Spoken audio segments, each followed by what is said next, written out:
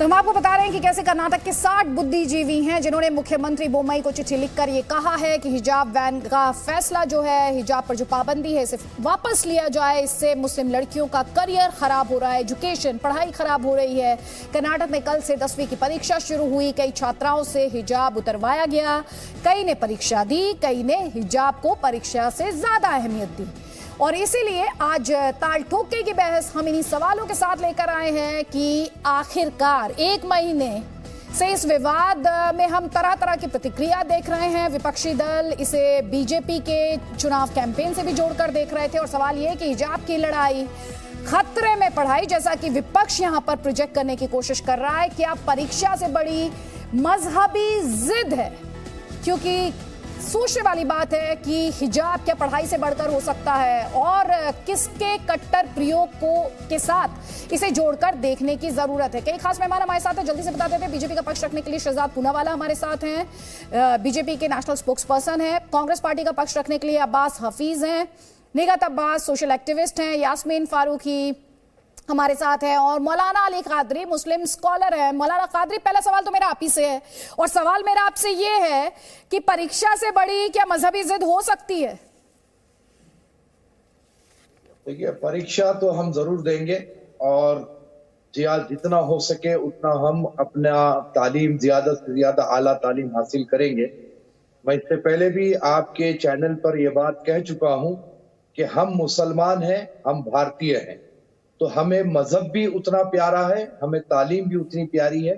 हम तालीम के साथ साथ अपने मजहब का दामन पकड़ते हुए, शरीयत को साथ लेकर जाते हुए हम अपना तालीम हासिल करेंगे। अगर इसमें कोई रुकावट पड़ती है तो हम वो रुकावट को कभी कबूल नहीं करेंगे, क्योंकि ये हमें हक हमारा संविधान देता है। नहीं, अभी आपने कहा आप भारतीय हैं, आप मुसलमान हैं। पहले आप भारतीय हैं, और आप भारतीय हैं क्योंकि इस देश का एक कॉन्स्टिट्यूशन है, और उस कॉन्स्टिट्यूशन से आप बंधे हुए हैं, और देश की अदालत ने उसी कॉन्स्टिट्यूशन के हवाले से फैसला सुनाया हिजाब विवाद पर। हाँ, यही तो बात कह रहा हूं ना मैं आपको। आप जिस कॉन्स्टिट्यूशन की बात कर रहे हैं कि वही कॉन्स्टिट्यूशन ने मुझे अपने मजहब पर चलने की, मजहब पर प्रैक्टिसेस करने की पूरी इजाजत देता है, और ये फैसला कर्नाटक हाई कोर्ट का है। इसके ऊपर हमारा अपना सुप्रीम कोर्ट है, जहां पर मैंने इस फैसले के खिलाफ में याचिका डाली हुई है, और मुझे न्यायालय से पूरी उम्मीद है कि वो हिजाब के हक में न्यायालय से फैसला आएगा। नहीं, आपको उम्मीद है कि हिजाब के हक में फैसला आएगा, लेकिन मैं आपसे जो बच्चियों की परीक्षा को लेकर सवाल पूछ रही हूं उस पर आप जवाब नहीं दे रहे हैं। आपने अभी कहा कि हम शरीयत साथ लेकर अपनी एजुकेशन पूरी करेंगे। सर, तो इंतजार कर लीजिए ना। जब आपने कहा कि कोर्ट फैसला सुनाएगा तो इंतजार कर लीजिए, कोर्ट का फैसला आ जाएगा हिजाब पर। देश की सर्वोच्च अदालत फैसला सुना देगी। तो बार बार इस बात को, अभी जिस कोर्ट का आया उसका तो मान लीजिए पहले। ना मैडम, देखिए, ये जो फैसला आया है, मैं आपको खुले अल्फाज में कहना चाहता हूं कि कर्नाटक हाई कोर्ट में पैरवी बराबर नहीं की गई। हिजाब इसे एसेंशियल नहीं कहा गया, जबकि एसेंशियल है। कुरान की रोशनी में अगर आप देखेंगे तो पर्दे का हुक्म है, अहदीस की रोशनी में देखेंगे तो पर्दे का हुक्म है, लेकिन वहां पर पैरवी सही नहीं की गई, इसलिए फैसला खिलाफ में आया। सुप्रीम कोर्ट में फैसला होगा, आप देखेंगे हिजाब होगा, हिजाब के हक में फैसला आएगा। अच्छा, जो हिजाब नहीं पहनते वो पापी हैं?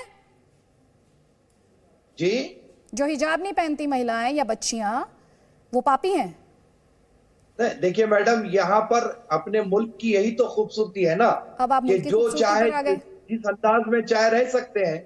अगर कोई औरत की खूबसूरती पर आ गए, पहले आप ये डिसाइड कर लीजिए। आप डिसाइड कर लीजिए, या तो आप इस मुल्क की खूबसूरती के साथ रहिए, या फिर आप जिस शरीयत जो जिस तरह से आप इंटरप्रेट कर रहे हैं हिजाब को इस्लाम में, उस पर रहिए। इंटरप्रेट नहीं कर रहे हैं, इस्लाम का हिस्सा है पर्दा। तो यानी जो हिजाब नहीं पहनती बच्चियां और महिलाएं, वो सिनाज़ हैं आपकी नजर में? ना, देखिए, मैं ये नहीं कह सकता ना, वो उसके इख्तियार की बात है। हम किसी पर इंपोज नहीं करेंगे। जो शरीयत को फॉलो करना चाहती है करे, जो ना करना चाहती है उसके इख्तियार की बात है, उसकी जाती जिंदगी है। लेकिन आप उन बच्चियों को क्या कहेंगे जिन्होंने पढ़ाई को इंपॉर्टेंस दी? अभी तो मैं आपसे पूछ रही थी कि हिजाब को इंपॉर्टेंस दी, अब मैं अपना सवाल बदलती हूँ। आप उन बच्चियों से क्या कहेंगे जिन्होंने पढ़ाई को इंपॉर्टेंस दी और हिजाब उतार दिया? हाँ, अगर जिसने हिजाब उतार कर वो इम्तिहान देती है, एग्जाम लिखती है, तो उसकी इच्छा की बात है। और अगर जो लड़की हिजाब के खातिर इम्तिहान छोड़ती है तो उसकी भी इच्छा की बात है, लेकिन हम जो है वो जो हिजाब पहनने वाली है हम उसके साथ में हैं। अच्छा, मतलब आप अब सर्टिफिकेट बांट रहे। शहजाद पूनावाला, आप ये जो 60 बुद्धिजीवियों ने चिट्ठी लिखी है उसमें तो राज्य में माहौल बिगाड़ने, कम्युनलिज्म, फासिज्म, तरह तरह के आरोप आपकी पार्टी पर लगाए गए। देखिए आदित्य जी, पहले तो मैं इन बुद्धिजीवियों का जवाब देता हूं। तथाकथित बुद्धिजीवियों ने पत्र लिखा है तो उनको मैं बताना चाहता हूं कि इन्होंने कहा सांप्रदायिक माहौल बिगड़ रहा है। मेरे पास सारे आंकड़े हैं कर्नाटका सरकार में और उसके शासनकाल में क्या क्या हो रहा है सांप्रदायिक मामलों का। जब 2018 में कांग्रेस और जेडीएस की सरकार थी तब वहां पर 29 कम्युनल इंसिडेंट्स हुए। जब बीजेपी की सरकार 2019 में आई तो वो गिरकर 11 हुए। और ये पूरे देश के मेरे पास एक एक राज्य के आंकड़े, सबसे ज्यादा कम्युनल इंसिडेंट्स कई हुए तो महाराष्ट्र और राजस्थान थे, पर उसके विषय में इन बुद्धिजीवियों ने कभी पत्र नहीं लिखा। इन बुद्धिजीवियों ने कभी पत्र नहीं लिखा जब बाबर जैसा व्यक्ति जो उत्तर प्रदेश में मारा गया क्योंकि वो केवल बीजेपी का समर्थन करता था। इन बुद्धिजीवियों ने तभी पत्र नहीं लिखा जब कश्मीरी पंडितों को भगाया गया। ये बुद्धिजीवियों ने तभी पत्र नहीं लिखा जब एक हितराम बील को मुस्लिम भीड़ ने राजस्थान में मार दिया क्योंकि वो एक मुस्लिम लड़की से प्यार करता था। जब योगेश जाटव नाम के दलित को राजस्थान में मुस्लिम भीड़ ने मार दिया।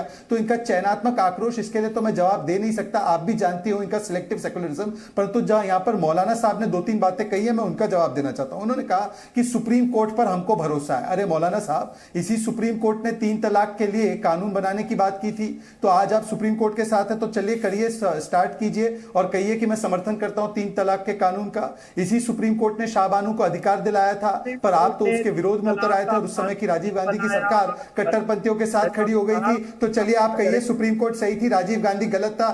अदिति जी, मैंने किसी के बीच में नहीं बोला, मुझे अपनी बात पूरी करने दीजिए, उसके बाद ये बोल सकते हैं। अब ये बात करते हैं संविधान की। देखिए, हिजाब केवल बहाना है, इनको वोट बैंक पटाना है, इसलिए दंगे भड़काना है और बच्चियों की पढ़ाई को बलि बनाना है। मैं इनसे पूछना चाहता हूं, जो हाईकोर्ट का ऑर्डर आया, आज वो ऑर्डर सुप्रीम कोर्ट में चैलेंज नहीं हुआ है। वहां पर सुप्रीम कोर्ट ने क्या कहा है? सुप्रीम कोर्ट ने कहा है इसका सनसनीखेज करने की कोई जरूरत नहीं है, हम इसको आराम से सुनेंगे। वो अभी इसको वैलिड रखा है इस ऑर्डर को। ठीक है, अब जवाब लीजिए मौलाना कादरी।